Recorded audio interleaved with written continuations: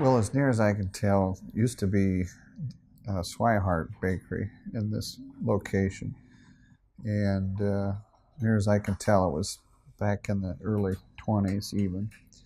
And Harry Foltz used to be a flour salesman for this area, and he had called on Swihart Bakery, and so eventually he made an offer on purchasing the business.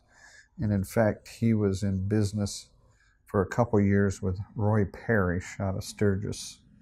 And so it was Parrish Foltz Bakery in 1934 to 1936. In 1936, Harry Sr.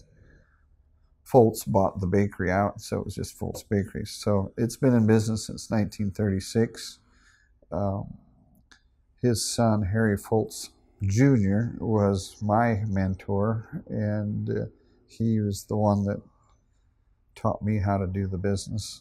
I don't think there was an exact determination on the fire, other than it started at you can kind of see the heat damage still to this day on the outside of the building where it started. They think it might have been a refrigeration unit, but it pretty much gutted the whole building, and they had to really just shut down. And I think they were closed for probably 4 or 5 months to get it refurbished and back into condition. I'm Susan Thompson. I'm a clerk at Foltz Bakery.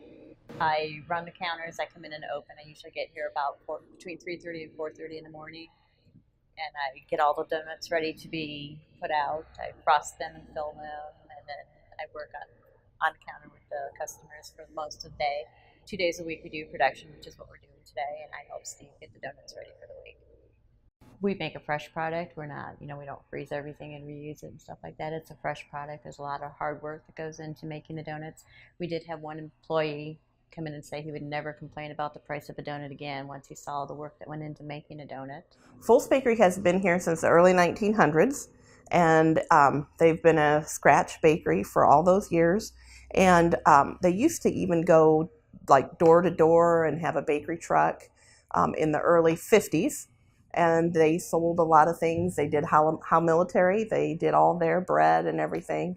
And so it's been in business for a really long time. And we bought it in 1994. And my husband started here in 1987 in high school. And he worked here ever since then. If you're looking to own a business someday, maybe paying a little more for an established business might not be a bad idea.